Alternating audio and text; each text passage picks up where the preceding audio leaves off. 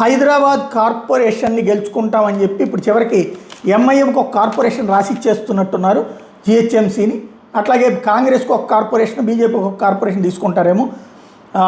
3 కార్పొరేషన్ల కింద హైదరాబాద్ని డివైడ్ చేస్తున్నట.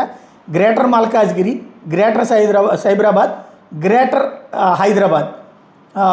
ఇప్పుడు ఉన్నటువంటి జిహెచ్ఎంసీ అట్లాగే ఉంచి తార్నాగూడ దగ్గర ఒకటి పెడతారట, తొడనాలగూడనో అక్కడ ఒకటి తీసుకొస్తారట ఆఫీసు.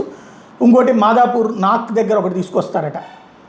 ఓవరాల్గా 3 కార్పొరేషన్స్ ఏర్పాటు చేస్తారట. ఇప్పుడు 3 చోట్ల ఆఫీసులు రెడీ చేసేసారట. రేపు జిహెచ్ఎంసీ పదవీకాలం పూర్తయిపోగానే 3 కార్పొరేషన్స్ ఏర్పాటు చేసేసి తీసుకొస్తారట. జిహెచ్ఎంసీ అంటే అప్పుడు ఆ లెక్కను చూసుకుంటే ఇప్పుడు 300 సీట్లు అనుకుంటున్నారు కదా, వీళ్ళు అప్పుడు 300 సీట్ల కార్పొరేషన్ అవుతుంది. అప్పుడు జిహెచ్ఎంసీ వచ్చేటప్పుడు దాదాపు 40-50 సీట్లు ఉన్నట్టు హైదరాబాద్ పాత బస్తీ ఎన్ని ఉన్నటువంటిది ఇక పర్మనెంట్గా కార్పొరేషన్ ఎంఐఎంకి ఇచ్చేసినట్టు అయిపోతుంది. అలాగే సైబరాబాద్ని కాంగ్రెస్ పార్టీ తీసుకుంటుంది అనుకుంటా, ఆ ఏరియాలో కొంచెం కాంగ్రెస్కి పట్టుంది కాబట్టి.